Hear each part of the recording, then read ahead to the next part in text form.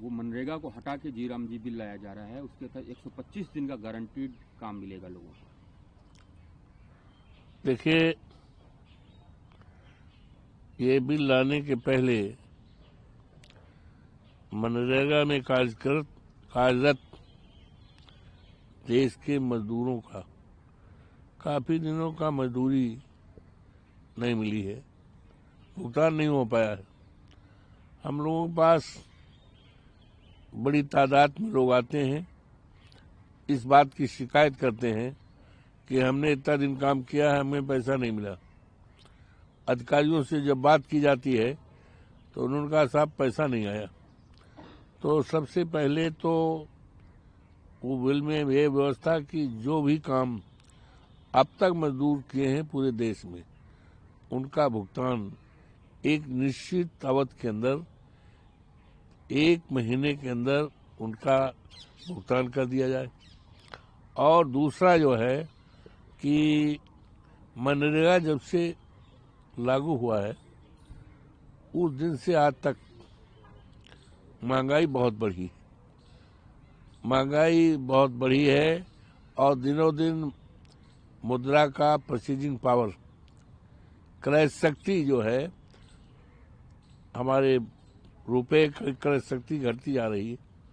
तो उस आधार पर मनरेगा में कार्यरत मजदूरों को मजदूरी में बढ़ोतरी और मजदूरी कम से कम एक दिन में 1000 रुपये मिलनी चाहिए।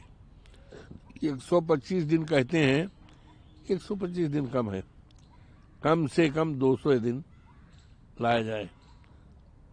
और ये बिल कमेटी में भेजने के लिए हम लोग जोरदार मांग करेंगे। इलेक्टोरल ड्राफ्ट ठीक है, अब देखना है कि उसमें ऑटो में हेरा फेरी तो नहीं हुई है। अगर हेरा फेरी नहीं हुई है तब तो ठीक है।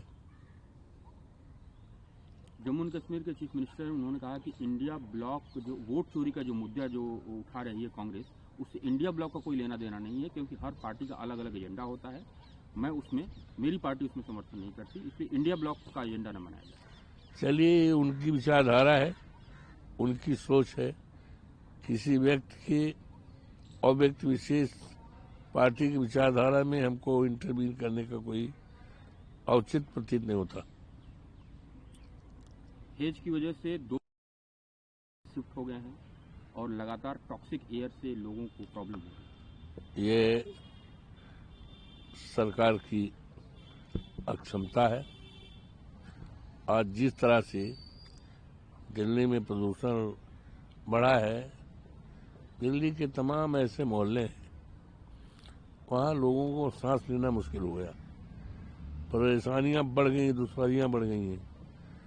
सरकार का इस